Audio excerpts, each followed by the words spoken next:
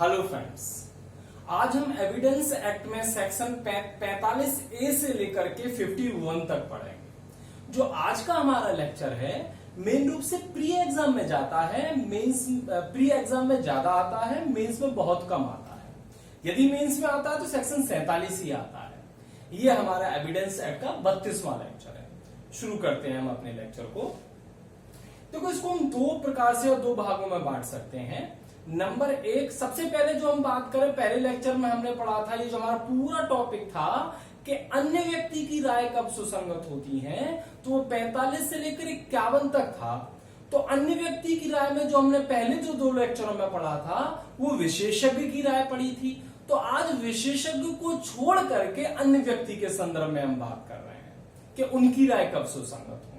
तो इनको हम बात करें कि इनमें दो सेक्शन, एक 45A और एक 47A, ये बस अलग से हम ध्यान कर लेंगे और रिमेनिंग सीक्वेंस में ध्यान कर लेंगे। जैसे हम बात करें कि सेक्शन जो 46 बात कर रहा है, एविडेंस एक्ट का जो सेक्शन 46 है, वो ये कह रहा है कि fact not otherwise relevant are relevant if the support और inconsistent with opinion of expert. मतलब कुछ ऐसे फैक्ट जो या तो विशेषज्ञ की राय का समर्थन करे या उससे इनकंसिस्टेंट हो, असंगत हो, यानी कि विशेषज्ञ से ही संबंधित है, चाहे यानी कि विशेषज्ञ की राय का समर्थन करने वाले या उससे इनकंसिस्टेंट, असंगत होने वाले तथ्य के बारे में हम बात कर रहे हैं। 47 जो है हैंड राइटिंग के संबंध में बात कर रहे हैं। जो 48 है वो हमारा राइट और कस्टम के संबंध में बात कर रहे हैं। वो सेक्शन 13 भी हमने पहले पढ़ा था, तो 13 के साथ हम इसे समझ सकते हैं। और जो 49 है ये है यूजेज और टीनेंट के संबंध में है। और जो 50 है वो रिलेशनशिप के संबंध में है। और 51 में है ग्राउंड के संबंध में। तो 46 है एक्सपर्ट की राय का समर्थन करने वाले या उससे इनकंसिस्टेंट वाले।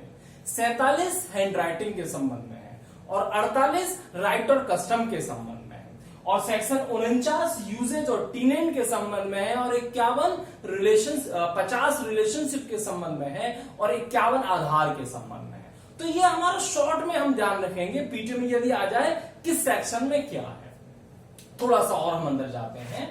सेक्शन जैसे हम 45A की बात करें तो 45A में किसकी राय सुसंगत है, मतलब 45 से उसके संबंध में हम बात कर रहे हैं कि जब कोर्ट को किसी ऐसी चीज के बारे में राय बनानी हो जिसकी इंफॉर्मेशन किसी कंप्यूटर डिवाइस में या फिर किसी इलेक्ट्रॉनिक या डिजिटल फॉर्म में हमने किसी अन्य वे में रख रखी हो, तो किसकी राय सुसंगत होगी। तो सेक्शन 45 से ये बोलता है कि opinion of examiner of electronic evidence, यानी कि यहां पर इलेक्ट्रॉनिक एविडेंस का जो परीक्षक है, जो एग्जामिनर है, उसकी राय सुसंगत है। आपको बहुत ज्यादा बस ध्यान नहीं रखना है किसकी राय सुसंगत है और सेक्शन में इतना ध्यान रखना है। तो किसकी राय सुसंगत है 45A के अंतर्गत, एग्जामिनर की सुसंगत है, एग्जामिनर ऑफ इलेक्ट्रॉनिक एविडेंस। 46 की हम बात करें कि यहां पर कोई ऐसे फैक्ट हैं जो विशेषज्ञ की राय का या तो समर्थन करते हैं या उससे असंगत होते हैं, वो तथ्य सुसंगत होंगे। तो फैक्ट नॉट अदरवाइज रेलिवेंट, वो तथ्य जो अन्यथा तो सुसंगत नहीं है, वो तब सुसंगत होंगे या तो वो विशेषज्ञ की राय को सपोर्ट करें या फिर विशेषज्ञ की राय से इनकंसिस्टेंट हो जाए। जैसे इसका एक एग्जाम्पल इलस्ट्रेशन भी है, तो उसमें बताया गया है कि ए नाम के व्यक्ति की जो मृत्यु हुई है क्या एक विशेष प्रकार के पॉइजन से विषय हुई है। अब ये चीज के ये तथ्य दिए जाते हैं, इस बात का तथ्य दिया जाता है कि अन्य व्यक्ति की जो मृत्यु हुई थी एक विशेष प्रकार के यानी इसी प्रकार के विष से हुई थी और उनके लक्षण भी ऐसे ही थे जैसे इस व्यक्ति के। और यदि जो आपका एक्सपर्ट है वो भी यही कह रहा है, तो ये तथ्य जो सारे तथ्य निकल के आए कि ऐसे ही लक्षण है, ये सुसंगत हो जाएंगे। सेक्शन 46, तो सेक्शन 46 में वो तथ्य सुसंगत हैं जो विशेषज्ञ की राय का या तो सपोर्ट करते हैं, समर्थन करते हैं या उससे इनकंसिस्टेंट हैं। वो ऐसे कह रहा है परंतु वो इसके विरोध में इनकंसिस्टेंट है, असंगत बात है। तो सेक्शन 46 हो गया। सेक्शन 47 कभी कभार मेंस में आता है, वैसे प्री में ज्यादा आता है। तो सेक्शन 47 किसके संबंध में हम बात कर रहे हैं, राइटिंग के संबंध में। मतलब हम ऐसे समझ सकते हैं कि सपोज करो कोई प्रश्न उठा कि भाई ये कॉन्ट्रैक्ट किसने लिखा है या फिर कोई विशेष चीज पर, किसी दस्तावेज पर या किसी दीवार पर, किसी भी डॉक्यूमेंट पर, किसी भी चीज पर कुछ चीज लिखी है तो किस व्यक्ति ने लिखी है? क्या उसी विशेष व्यक्ति ने लिखी जिसके बारे में हम बात कर रहे हैं? क्या उसी एक्यूज ने लिखी है, प्लेंटिफ ने लिखी है, डिफेंडेंट ने लिखी है, उसी बंदे ने लिखी है जिसके बारे में हम बात कर रहे हैं? तो जब ऐसा प्रश्न उठता है फिर यहां पर मुख्य बात यह है कि भाई अब कैसे करें, ये राइटिंग को पहचाने कैसे? क्योंकि ऐसा भी तो हो सकता है कि जिसके बारे में हम बात कर रहे हैं कॉन्ट्रैक्ट उसने लिखा है, उसकी नकल करके कोई अन्य व्यक्ति लिख दे। तो जब अन्य व्यक्ति लिखेगा तो कितना भी प्रयास क्यों ना कर ले कोई अन्य व्यक्ति उसकी राइटिंग को मिलाने का, कहीं ना कहीं इतनी सारी लाइनों में कुछ ना कुछ गड़बड़ी जरूर होगी, तो पहचान लिया जाएगा।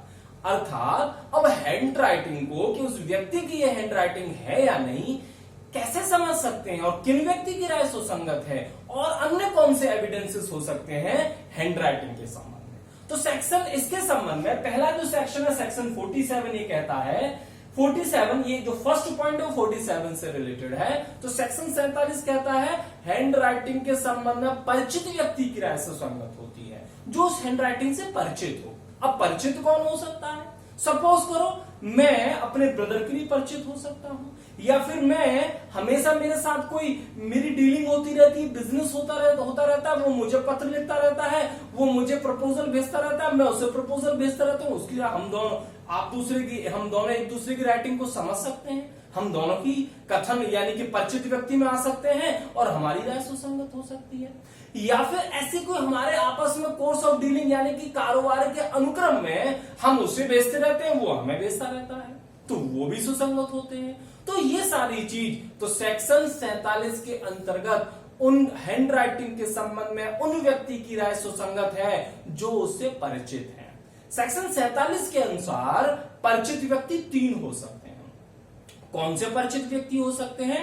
नंबर 1 ये बोल रहा है हु हैज सीन इट, मतलब जिसने हैंड राइटिंग को देखा है, जानता है, लिखते हुए पहचानता है। जैसे मेरा भाई है, मेरा बच्चा है, मेरे मदर है, मेरे फादर है, वो सब परिचित हो सकते हैं। मैं लिखते रोजाना देखता हूं, उनको पहचान सकता हूं, तो परिचित व्यक्ति हो गए। उसी प्रकार से who has received document in reply, मतलब किसी व्यक्ति ने रिप्लाई में कुछ भेजा और कोई डॉक्यूमेंट प्राप्त किया, वो कह सकता है कि हाँ मैंने भाई ये लेटर उसने भेजा था, मैंने भेजा था, उसके रिप्लाई में ही आया, तो उस व्यक्ति की भी राय सुसंगत हो सकती है।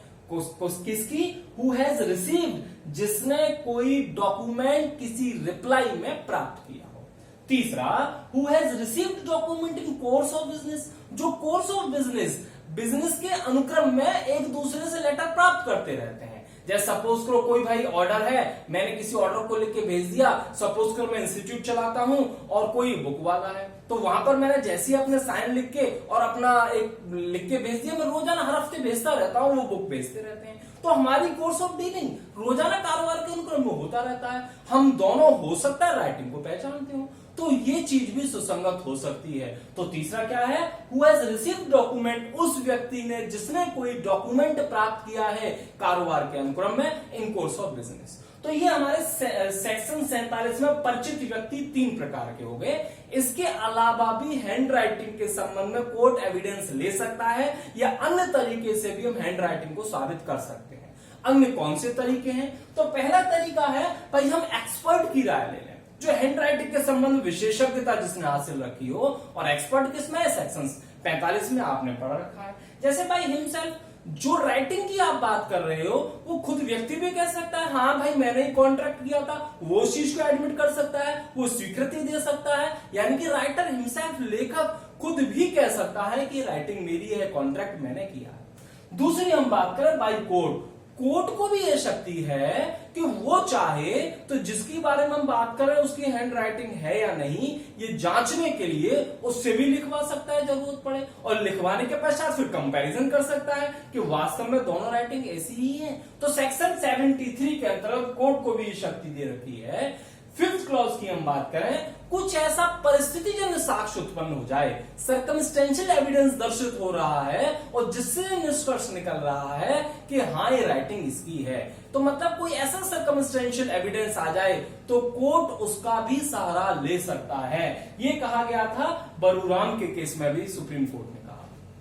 इसके बाद हम बात करें कि भाई internal evidence reflect in the content of the document, मतलब कुछ जो लेख की हम बात कर रहे हैं उस लेख में ही कुछ ऐसा लिखा हुआ है, उस लेख से ही कुछ साक्ष्य ऐसे निकलते हैं, तो उसका भी सहारा लिया जा सकता है। ये किस केस में कहा गया था? Mubarak Ali versus state of Mumbai के मामले में ये कहा गया था।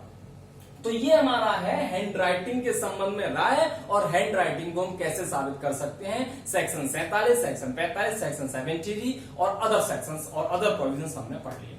उसके बाद हम बात करें सेक्शन 47A।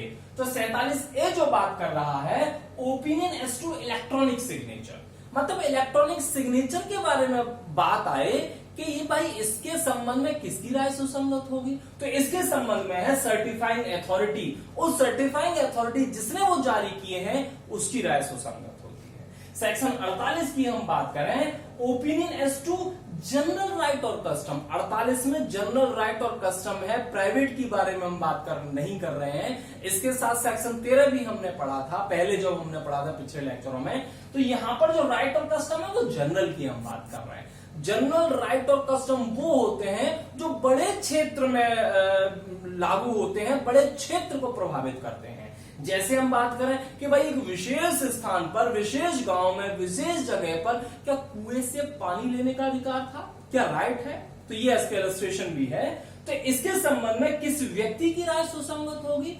तो उस व्यक्ति की राय सुसंगत होगी यदि वहां पर इस प्रकार का राइट या कस्टम होता, तो वहां पर जो समय व्यक्ति होते तो उसे जानते। तो किन व्यक्ति की राय सुसंगत है?